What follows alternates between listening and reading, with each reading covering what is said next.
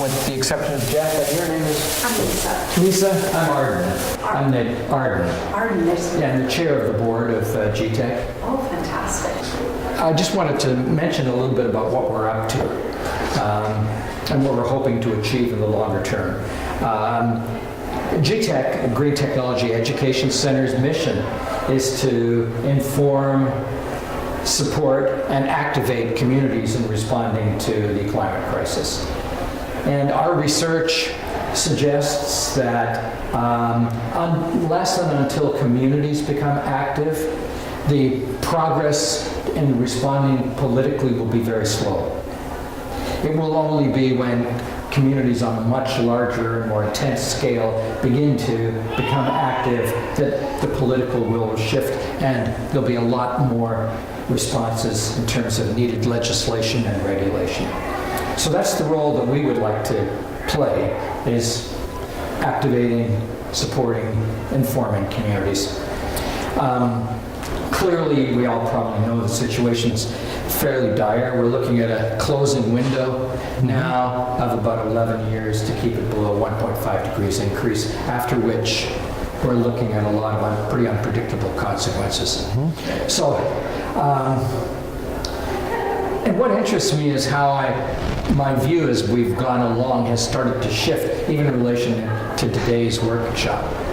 You know, I mean, it started off when Jeff and I met months ago on the Arbutus Greenway, that I just thought it would be so neat to include this in the offerings and to give people in the community a chance to know more about the valuable work you're doing. And since then, I've become a lot more aware of cycling. I am a driver, but I drive an electric vehicle, but I can see the steady progress of cycling in the landscape of the city. So there's a major social change taking place, and it's changing my awareness, though I'm not an active cyclist. And then the final thing is that as I've learned more and more about the climate crisis, I'm aware of the sort of important political work that you're actually doing. You know, active transportation is a really important ingredient in lowering carbon emissions. Not to speak of contributing to the overall health and well-being of the society. So we're delighted to have you. This is our pilot in a way, and we're learning a lot. We will be continuing, not only at Kit's Neighbourhood House, but we've added another at Neighbourhood House. Starting in 2020, we will be working with Collingwood Neighbourhood House, and we have 2 more neighbourhood houses ready to go as well. So with that, please carry on, and I'm very delighted you're here. Thanks, Jeff. Okay, thanks for having me. Well, my name is Jeff Leigh, and I'm a volunteer with HUB Cycling.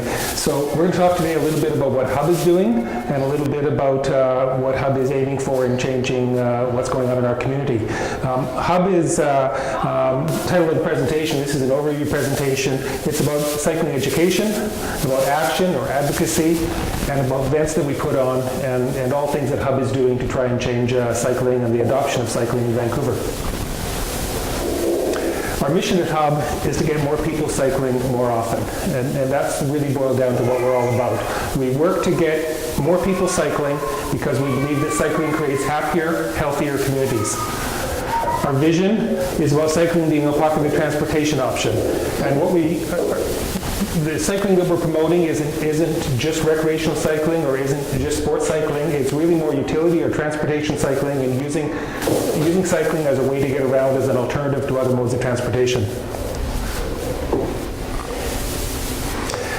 HUB has been around since the mid-90s, and we were the Vancouver Area Cycling Coalition, and we came from a grassroots organization that started up throughout Vancouver, different clubs working to advance cycling in Vancouver. We became HUB Cycling in 2010, and as of now we're in our 21st year, and we have at the moment 18 staff, another 15 or 16 instructors and contract staff, and hundreds of volunteers working for HUB's mission. Our signature event is Bike to Work Week, and that's the one that we're most known for. Bike to Work Week runs twice a year. It's spring Bike to Work Week this year was in May, and the fall Bike to Work Week was last week. And Bike to Work Week is celebrating and encouraging people getting out cycling, whether they're going to work, whether they're going on a trip, whether they're running errands, but cycling for transportation. And we do that with people logging trips and winning prizes. We do it with celebration stations where we're cheering people on, and we're encouraging people to try cycling for transportation for the first time. So we do a lot of tracking of how many people participate, and it was 17,000 people last year. We'll get more in the spring session and then the fall session, but that was our 2018 number. What we're very interested in is tracking how many people are cycling for the first time and how many people keep cycling 1 or 2 months after that. And the numbers that we track for the people who have never cycled to work before, and 2 months later when we check with them, last year that number was 80% were still cycling 2 months later. And that's our retention, our stiction figure. That's what we want to get people to try it, but then we want to encourage them to keep cycling. We pair up our Bike to Work Week with other events that are not for people who are going to work every day. And one of the popular ones is Bike to Shop. It came out of people saying to us, well, that's fine, but I don't commute to an office and I don't ride, and isn't there something else? And Bike to Shop is another element of transportation cycling. So it also allows us to partner with the business community. And that allows us to build partnerships with people in business who can see the benefit of cycling routes in their area. And we have group rides, we do events and so on, and log trips and give away prizes as well. Another element of our events is Bike the Night. And Bike the Night has a couple of purposes. One is it's a bit of a party. It's just celebrating the joy of cycling and getting people out saying this is just a lot of fun. The streets are closed to traffic.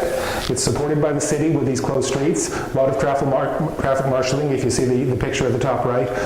We had over 4,500 people at this year's Bike the Night. This was the 4th year we have run this. And the other thing that we do, other than getting people just to feel good and get out and try cycling at night, is we encourage lights. We encourage people to try getting out and riding at night and get used to using a light to ride with, and hope that that sticks with people using them in their night rides after this event.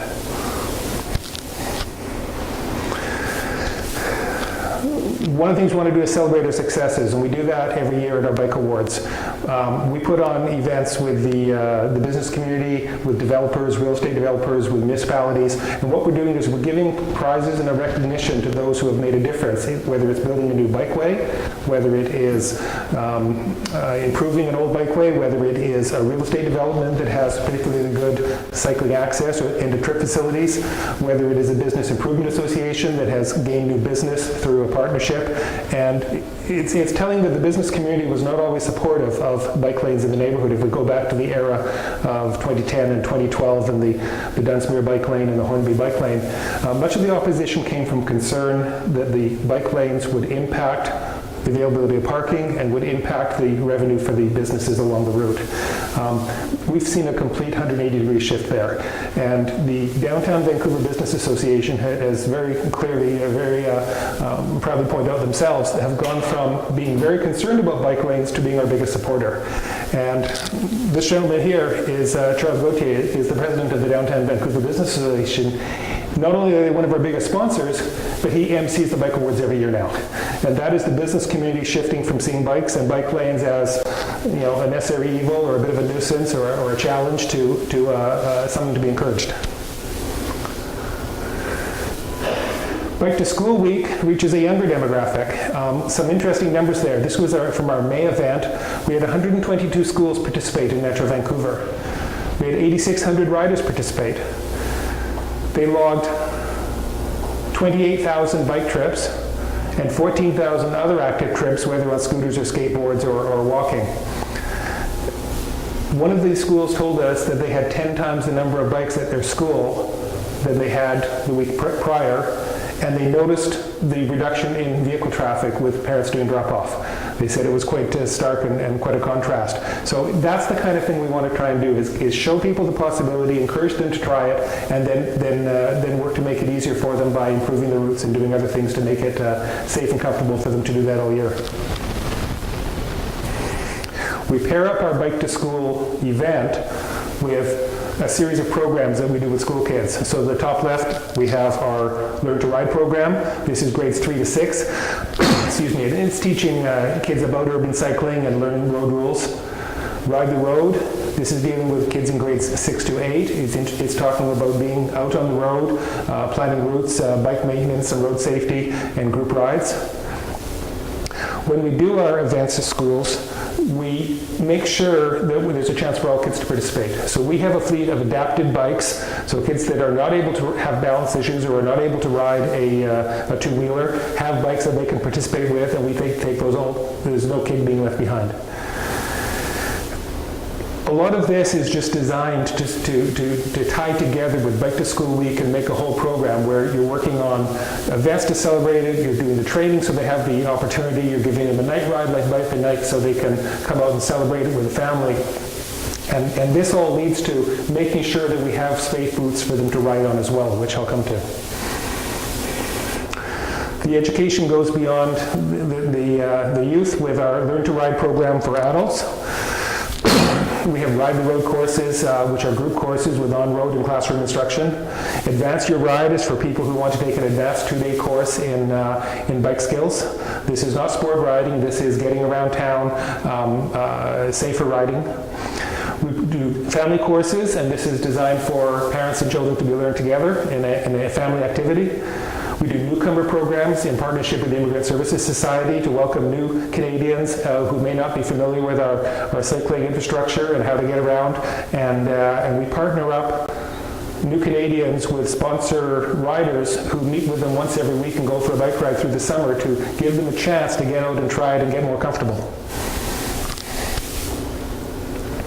So all of those courses and education come down to learning to ride, the Ride the Road, the intermediate courses, the Advance Your Ride courses for beginner, intermediate, advanced, and we survey participants and say, are you feeling more comfortable? Are you more able to cycle? Is this making it more possible for you? And continually fine-tune our courses to that purpose.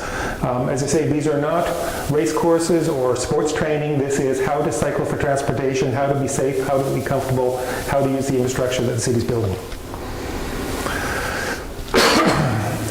We do more than education in a classroom setting. This is an example of a campaign that we ran with sponsors from Van City and Moby and Shaw Bike Share. And this was about safe passing and overtaking on bike paths, where what we're doing is we're teaching people or reminding people about safe overtaking. The City of Vancouver has a bylaw that requires a bell on a bicycle, and the rule is to alert a rider when you're passing another rider, simply so you don't startle them. A bell, contrary to some belief, does not mean get out of my way. A bell usually means I'm coming past, please be aware of me. And that's exactly what this campaign was about. And we've done similar campaigns around dooring and not being hit by a door on a busy street, the passing and other topics. Courses we do in workplace, we go into a workplace or an organization and we do lunch hour courses, we do bike maintenance, we do commuter skills and tie that into Bike to Work Week events. We've also started working with developers and builders to ensure that once we get somewhere on our bike trip along our nice new safe bike route, that there's a place to put your bike. And that's more than just having a bike rack. That is having a end-of-trip facilities and possibly a repair room and maybe a pump and some tools. And what we call end-of-trip facilities is everything that is necessary to build into a building to make it comfortable for that person to arrive there, possibly change, maybe hang up some wet gear if they have it, beyond just the bike rack. And that is part of a report that we did together with the Real Estate Foundation and working with developers. We're doing consultation with developers on new buildings and new developments. We started another activity around research and statistics where we are investigating the number of bike routes, the quality of those bike routes, and comparing that or contrasting that with what the ridership is. We're doing that so that we can determine if a new bike route is built, what is the impact? How can we shift the mode share? What is the impact on the number of people cycling and the number of people feeling safe and comfortable along that route? Our first report on the state of cycling will be out this December, and it covers cycling infrastructure throughout Metro Vancouver and all 23 municipalities. We're currently developing positions and working on policy with government and decision makers related to e-bikes, ride-hailing such as Uber and Lyft and others, autonomous vehicles and the challenges that they present with active transportation, updates to the Motor Vehicle Act to ensure safety for vulnerable road users, the City of Vancouver Climate Emergency Response, which is all about what can we do to reduce the climate impact of our transportation greenhouse gas emissions, and the BC Active Transportation Strategy, working with the BC government to have a provincial strategy that promotes active transportation in all communities, and that strategy was released in this June. Well, I like this headline, and so I left this slide in because I think it's a terrific headline, but what it really gives us a chance to talk about is mode share. And mode share is the split in between the different types of transportation people are using for their daily trips. So we have vehicle transportation, we have transit, then we have active transportation such as walking and cycling. And when City of Vancouver designed or published a Transportation 2040 plan in 2012. It was a 30-year look at where did we want to go with transportation. And in 2012, they set a target that by 2020, 50% of the trips would be by sustainable modes. That means transit, walking, and cycling. And so they had 8 years to get there. And that was from 2012. And in fact, we got there in 2016. We made it in half the time. So when they passed the climate emergency, our council recently passed the climate emergency motion and said, what are we going to do? They didn't decide to throw this plan and start over. What they said was, it's working, we just need to do it faster. So the decision was to take the 2040 goals, which is 2/3 of all trips by sustainable means, and advance them to 2030. So we now have 10 years to get to 2/3 of all trips being sustainable in the City of Vancouver. This headline says that in 2019, the data came out and we just about hit 53%. From the 52%, the 50% that they hit in 2016, we're up to 53% now, and on track to get that to 2/3, to 67%. So active transportation would be walking and cycling, sustainable transportation or walking, cycling, and transit. And all of those are the ones that we're trying to reduce single occupant vehicles and internal combustion engines for the private vehicles for that last third.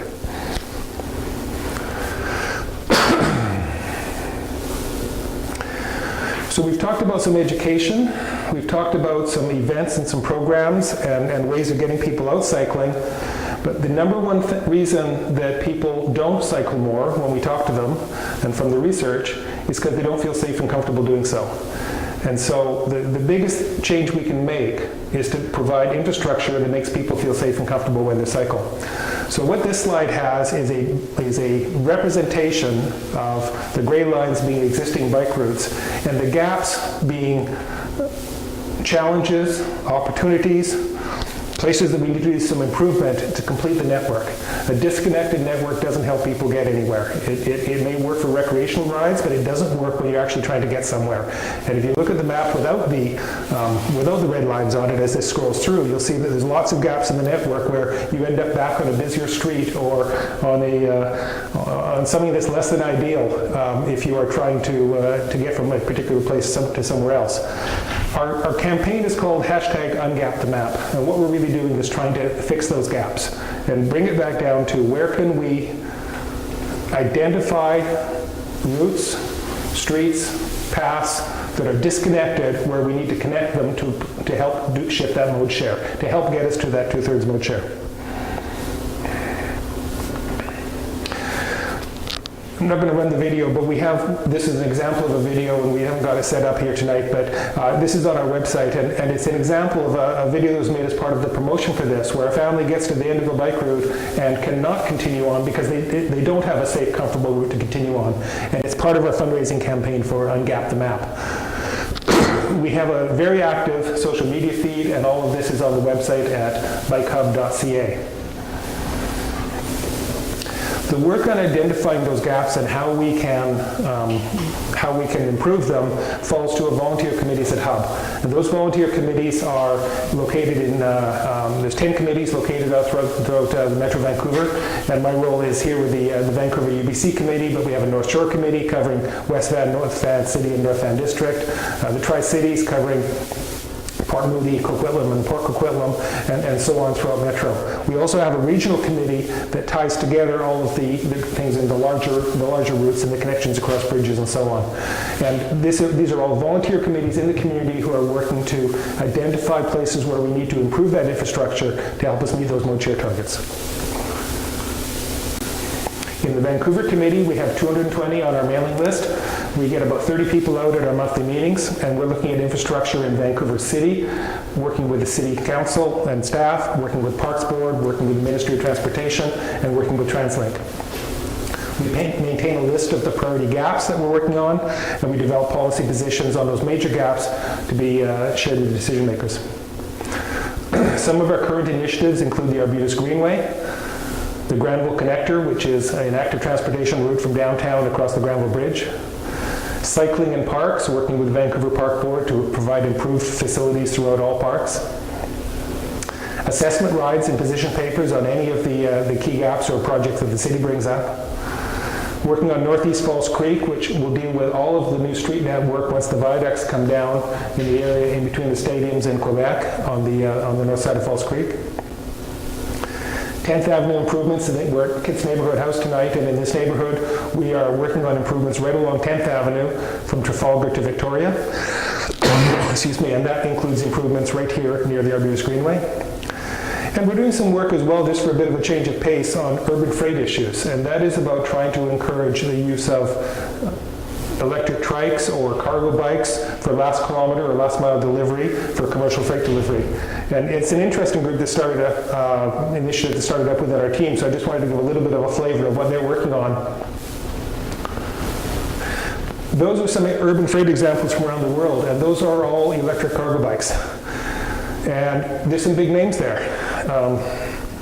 As I said, this was around the world, so this is FedEx in Paris. This is DHL in Italy. And a little closer to home, this is UPS working in Seattle. And those are all operating today as freight delivery for last mile delivery. What they do is the van comes into a neighborhood and they cross ship to these smaller vehicles for all the local delivery. So they get a single vehicle coming instead of a whole fleet of these vans coming into a neighborhood. We've actually proposed this idea to the City of Vancouver because there is particular concern about what is going to happen along the Broadway corridor with construction of the Broadway subway. While the tunnel is expected to be bored, there will be station construction at every major arterial. And there are businesses all along Broadway that want to make sure they don't have the same impact that happened on the Cambie corridor during construction of the Canada Line. One of the things they're worried about is how they will get deliveries all day long. What the City of Portland did is, with a similar initiative to what we could do here, is they set up a shipping container as basically a mini warehouse. Just a small 20-foot shipping container on a city-owned lot as a central hub for delivery, and then all of the cargo bikes receive the deliveries from there, they cross-ship at that location. Ideas like this can be used to improve commercial transportation, whether permanently or in something like the Broadway corridor, where you're going to have a 3-year construction project and you want to make sure that we can still get things through. We have bikeways all along 10th and along 7th that are delivery corridors for vehicles like this. If we had that transship or that loading dock facility, and it's something we've talked to the City of Vancouver about. Now, this was around the world, but in fact we have this happening in Vancouver now, and that is Shift Delivery, who are using these vehicles down in East Vancouver. They have been operating since 2012, but they're a little bit under the radar. We think we need to promote more of this and talk to companies providing this kind of service about what do we need to do from an infrastructure standpoint, make sure the bike lanes are wide enough for them.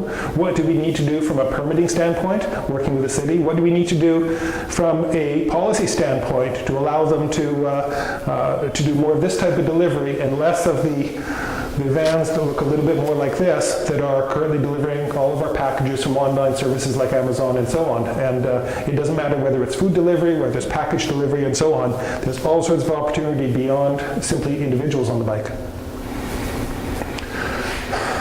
Talk about a couple of the gaps that we've got in Vancouver that we're working on, the Pender Corridor, and I'll show a map of these, but just to get an idea of some of them. These are all ones that we've identified as gaps that we are working on, coming up with recommendations on how to close these gaps. The Pender Corridor, Cordova and Water Street, which is part of the Gastown Complete Street Project, Nelson and Smythe, connecting to the West End, Drake and Pacific, and the Granville Connector. And here's one way of looking at it. This is I zoomed in on the downtown just to give you a sense of where these routes are. So what we have here in the downtown peninsula is these blue lines are protected bikeways. They're separate from the street, they're the most comfortable, people feel the most safe on them, and they're generally places like along the seawall, and then of course along Hornby and along Dunsmuir. We also have them on the Canby Bridge and on the Burrard Bridge, but not too many other places. We're about to get new ones on Richards, but that's it for most of the protected ones. Painted bike lanes, like along Pacific, are a dedicated space, but not protected from traffic. There's the sort of the next step down. So we have protected bike lanes in all of these places. We then have what we call local street bikeways, and these are particularly in traffic calmed areas where there's a reduced motor vehicle traffic volume. What we have is an opportunity to share the street in between people cycling and people driving because they have lower speed limits and lower traffic counts. And that generally works throughout these areas and places like Kitts and Beach Crescent and a few like that. But if you look at that map and sort of zoom out for a moment and think about it, there's some obvious gaps there. We've got all these bike routes going down towards the water, but there's nothing connecting them. We have all these routes along parallel to Granville Street, but there's a dead zone in between with no way across. We have all of these bike routes throughout the West End, and think of this as the population center, and over here on the other side of Broadway, think of this as the job center. How do you get between the two? Right now, what you do is you go like this, or you take your chances going down Smythe or Nelson in traffic. So those are examples of gaps that we want to close. And so we highlight those gaps and say there's where the gaps exist in the network. These are gaps that would allow more people to travel by bike because it solves those empty spaces. So we saw the route along here along the water. We see the cross streets across Granville.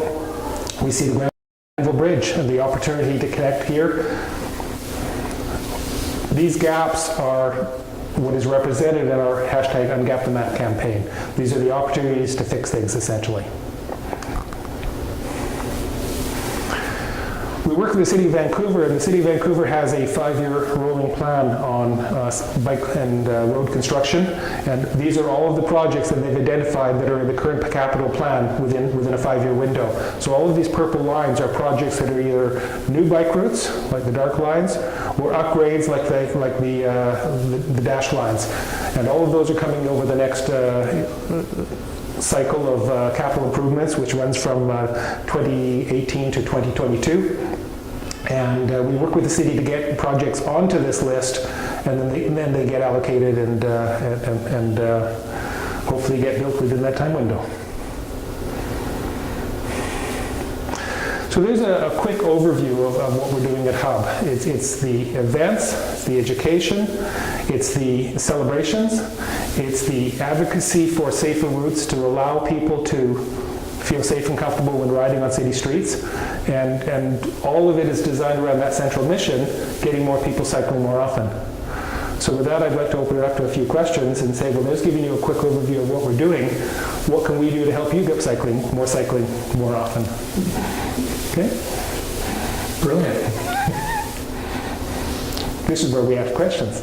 So, just in terms of for women and with children, or women who are 65 and older, where the level of safety and the opportunities for feeling comfortable just on a bike is rare.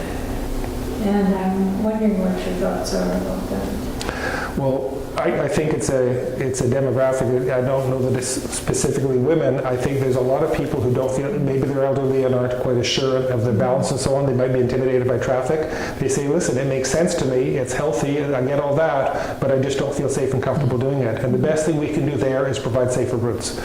We know from the data that if we talk to you take a cross-section of the population out of 100%, we know that 10 to 12 to 15% are cycling regularly as a key part of their transportation. There's another 10% beyond that cycle not necessarily every day, but regularly enough. And so we've got 20 or 25% that are in the club that are cycling regularly or semi-regularly.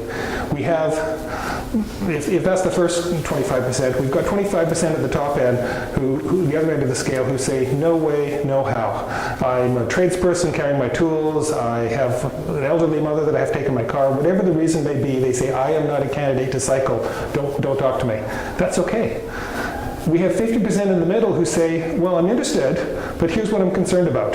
And the number one thing they say is safety, comfort. And it's both safety and perceived safety, which comfort essentially. So what we can do is find ways of connecting it, find out where people want to ride, figure out where there's latent demand. What we don't want to do is build a bike lane and then say, well, we spent all this money, but it turns out nobody's using it. What we have to do is figure out where is there a demand that if we built it, they will come. Back to the Field of Dreams analogy, that the best successes are when you build a bike, the city builds a bikeway, and 5 days before they open it, the barriers are still there. People are sneaking around the barriers to use it because it looks pretty good to them. And the day they open it, it's full. And if you think about introducing a new product into the marketplace, the city doesn't currently do a lot of advertising about, hey, we just built a new bike lane, you should go try it. They build it, and suddenly people are using it. So there is latent demand there. What we just have to do is to make the best investments is figure out where that needs to be to reach the greatest number of people who say, well, I would cycle if I just felt more safe, more comfortable. If people aren't safe and comfortable because of balance issues, there are tricycles available, and there are adult trikes with large wheels that are available. There are opportunities to stay more on protected lanes and less on city streets. The Arbutus Greenway is a great example of that. I ride the Arbutus Greenway regularly because I just enjoy the route. What I notice is a lot of seniors groups. And a lot of senior groups, on the weekend, it's families with small kids and balance bikes and walking dogs and so on. But if you go out there on a Tuesday and a Wednesday and a Thursday in the morning, they are seniors groups and they're out in packs. And it's because they can, because they're not worried about that car coming to hit them and so on. And they all look like fairly serious, like, you know, they're dressed up and they're all having a great time, and I see them out there regularly. So I think that if we find ways to make it, to let them try it, to get more comfortable, they can then decide how far they want to go with it in terms of getting onto neighborhood streets and so on. What we don't want to do is tell them they have to ride down Main Street or along Pender, and that's what cycling in Vancouver is. It doesn't work because they will make the decision not to cycle because it simply doesn't feel comfortable. Okay? Do you have, looked at your education programs, do you have education programs for seniors? Yes. Cool. And it's a demographic that cycling is very good from keeping active. Sure. If there aren't specific balance issues, it's low impact. You could choose to go slower. You don't have to have a big workout. If you live in a hilly neighborhood, an e-bike may be an option. We promote the e-bikes that are electric assist, not the ones that are like motorcycles, but the ones where you pedal, but it maybe helps you a little bit on the hill. And that can allow people to go farther or to ride more often as well. So there's lots of technology as part of this that is coming to it. I think a lot of people say, well, I don't know about me cycling. You know, I cycled when I was a kid, but I don't do that. I think if you look in parts of Vancouver, or in other countries, you'll see the full spectrum of the population is cycling. Oh, yeah. It is not just this club. Oh, Copenhagen. Copenhagen. It is the whole gamut. And so I'm a grandparent now. We have got our 2-year-old granddaughter on a balance bike.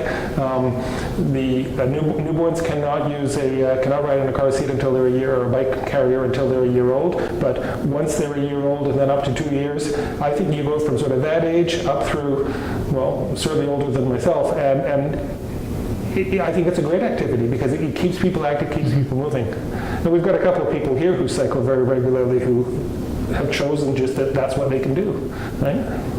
I'm looking at you. Okay. My next question is, do you have an app for the cyclist? You know, like with electric vehicles, there's an app that I can download that tells me where all the charging stations are.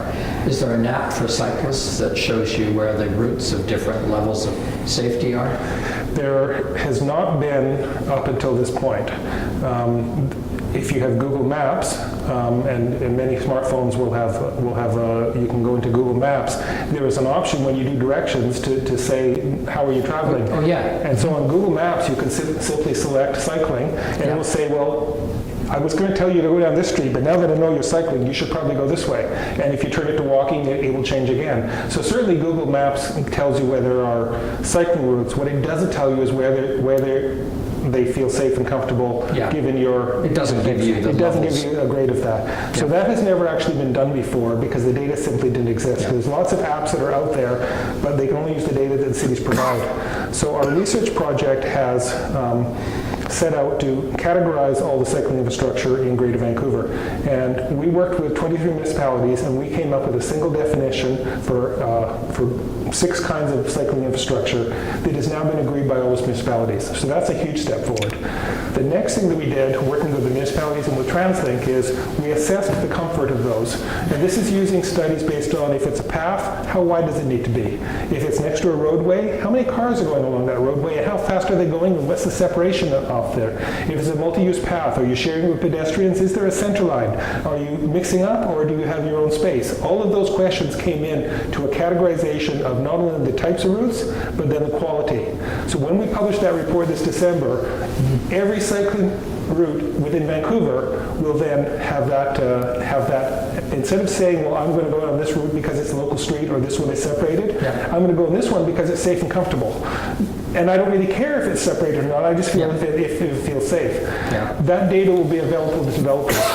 So we would like people like Google to take that data off us and put it into their system and say, now tell me where I want to ride, if I'm riding with a child or an elderly person and I have a less risk, my risk tolerance is different perhaps than I want to do. So once we have that data, the apps can follow. We're not really in the app business, but we are in the data business. Okay, that's interesting. Well, GTEC is in the data business, the app business, and we do have a partnership with a software team, and we're meeting with them on Friday, and I think that's a fascinating opportunity, especially with such rich data going to be available. Well, we think that data has the potential for changing how people plan where they ride, because today we have people who I was talking to one new mother, and she was interested in developing an app with her software company, and she said when she rode herself, she said, I guess thinking back, I rode just about anywhere and I didn't think about it much. Now I have a 3-year-old and I'm not taking my 3-year-old on those routes. And she looked out and said, there's nothing that tells me where we should go. It does tell me sometimes, okay, that's separated path, so I guess it's probably okay. Well, maybe not, because a separated path includes the Patella Bridge. That may not feel very comfortable to people, because it's technically a separated path, but it's actually shared with pedestrians. It's actually very narrow, and it's actually next to a lot of truck traffic. So it's not just a definition, it's the quality of the path, and that's where we're headed to. Right, and now you've succeeded in getting agreed on definitions. And so we're feeding that data back to all the municipalities, and we're going to ask them to use that data in any maps that they publish. So one of the things that we do is we work with municipalities to come up with bike maps and so on. And this is an example of the City of Vancouver's map. And I have copies of this here, but the City of Vancouver map says these are the different types of infrastructure. These are protected lanes, and this is a suggested route, and this is a local street lane. But it doesn't talk about the quality. We want them, they've worked with us to provide data to allow us to do all this. We'd like them to take our data and make that the basis of their next map. So that's where we're headed. Great. I have more questions, but I don't want to just... Curious to know if you guys bicycle at all. I don't No. personally. It's for safety reasons too. I used to, but then I was actually clipped off by a truck once, so I've kind of been too afraid to get back on the road. Yeah. And cycling here in Vancouver is where you got clipped or whatever? Yes. Yeah. Yeah. I've never tried to ride your bike in Canada because I have no confidence about the route. Right. And I don't know where I can get to one. Do you know anywhere? To get Anywhere to get a bike and affordable one? Well, a local bike store is probably the best place for that. Probably, and There are places that local bike stores that can help. The other thing that you can do is you can try renting a bike, and you can rent a bike and decide if you like it. So it's easy to try. Do they provide such lessons? Well, they don't, but Hub Cycling has some lessons, so we can put you in touch with Hub about lessons. We don't provide the bikes, but we do provide lessons. So there are different things we can do to support you in investigating it. So I'll give you some information after this. On Broadway, they fix up old bikes and give them to students, for example. Ride on. So Ride On is a bike exchange where they are taking older bikes, fixing them up, and redistributing them. So that's a good example. Yeah. Okay. Do you have a grip on sort of like where different kinds of specialty bikes are available? And I'm asking from Mary, who you met on the Arbutus Greenway, because she'd sort of like to get cycling, but she's pretty small. Yeah. She needs a very small bike to feel like she's got control of it. And we looked around a bit, but we haven't really seen something that. So my recommendation is there's sort of two types of bike stores, and it's not exclusive, but there's a category of bike stores that I would call a local bike store. Yeah. They tend to be not parts of chains. I think it's worth trying a local bike store and talk to someone about that issue, and they should be able to help with that. Now, you may also try one of the larger chains. You may not get the same service there, but on the other hand, they may have more selection. So I think it's a combination of the two, but I would try talking to a local bike store about the issue. I did a lot of riding with a couple who actually owned a bike store, and they were out in the suburbs of Vancouver, and we did some long trips with them. And she was, the lady in the couple was, and I'm thinking back, but I'm guessing about 5 foot. And she had a specially built bike because the bike that she wanted, they didn't make her that size. And so she had a special bike just to be able to have something that fit her properly. Because a bike has to fit you. It's no good trying to, it's like a pair of shoes. If it's not the right size, it's not going to work. Yeah. So if I can just say, because I've looked around for all sorts of different bikes, folding bikes, because I needed a bike that fit me. Yeah. And the first bike that I got after I'd given away my bike that was too big for me was a folding bike at GTEC. And that was, it's light. And so that worked. Light and portable. Yeah.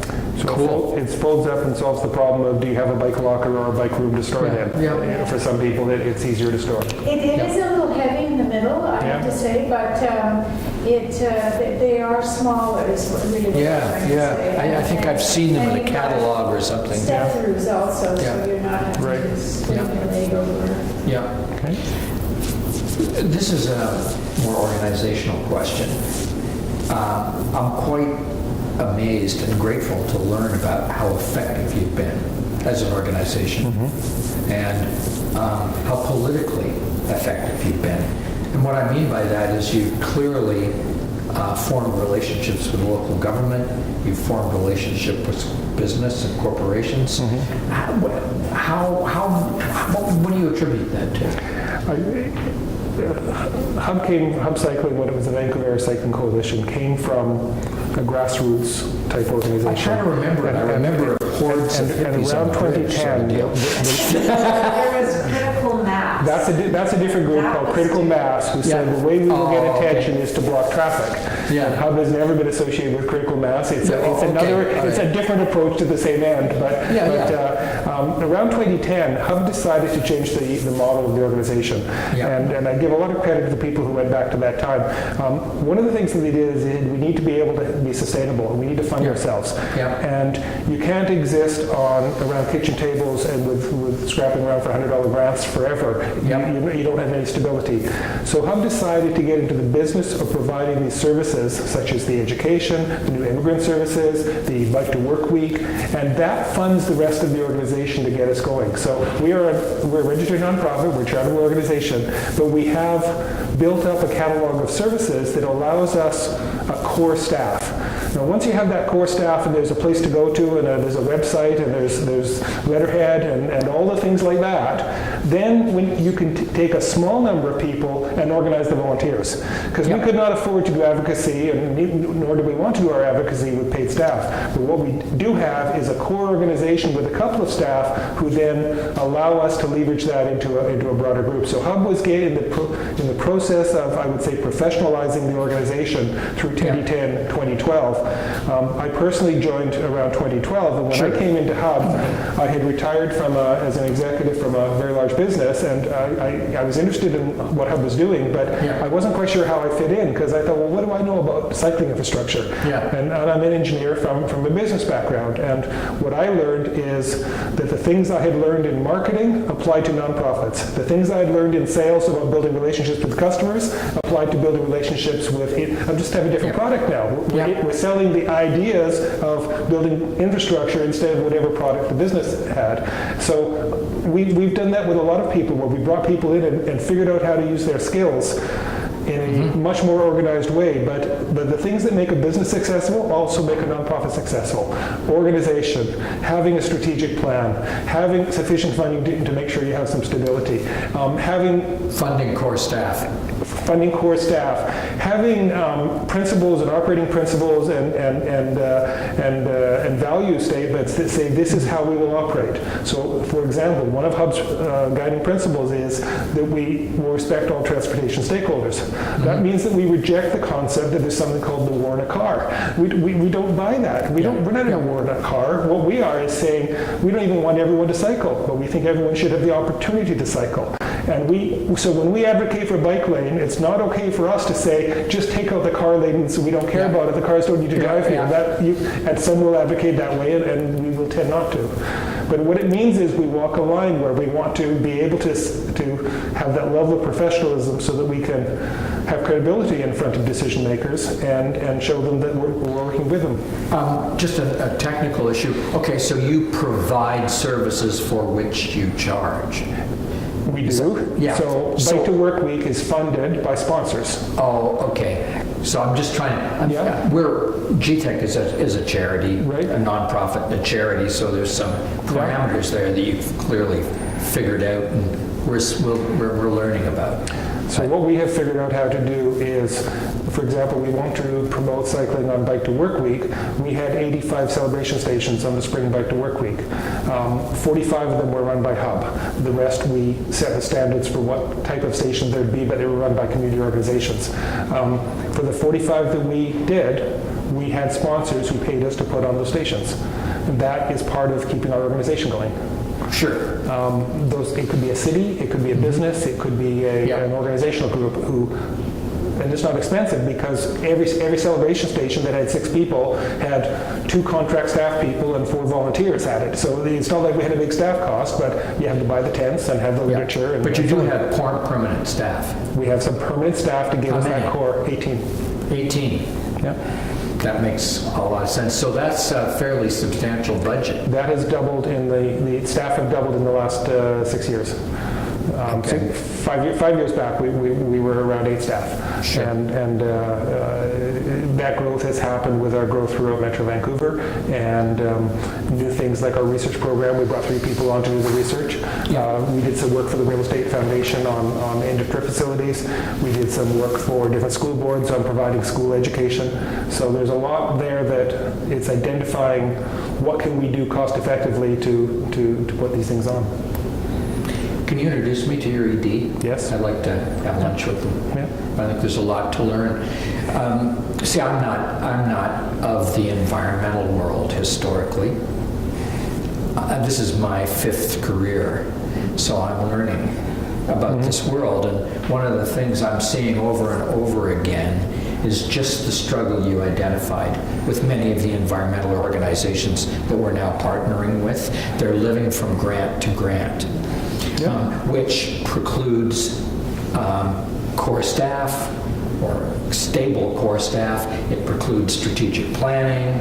It really impoverishes what they're able to accomplish. And what I'm learning from you is that from an organization point of view, you've successfully surmounted that. It's worked so far, and we have, like our board is organized, we have our board has been able to attract professional board members because of the success we've had. So the Sure. success feeds upon itself. Oh, yeah, of course. So we can attract a lawyer or an accountant to be there and bring some of that expertise into our board. We have gone out and said we have diversity targets in reaching groups that are not traditional recycling, and so we specifically went out and recruited board members who could bring that viewpoint and that perspective, and then that success breeds success. Sure. Great. But I think it helps to have a plan and to work the plan, and, and these are just the basics that apply to any organization, whether it be nonprofit or not. Yeah, yeah. No, I mean, I've run successful organizations, and I can. Yeah, I know what you're saying. You know, if it makes sense. Yeah. Okay.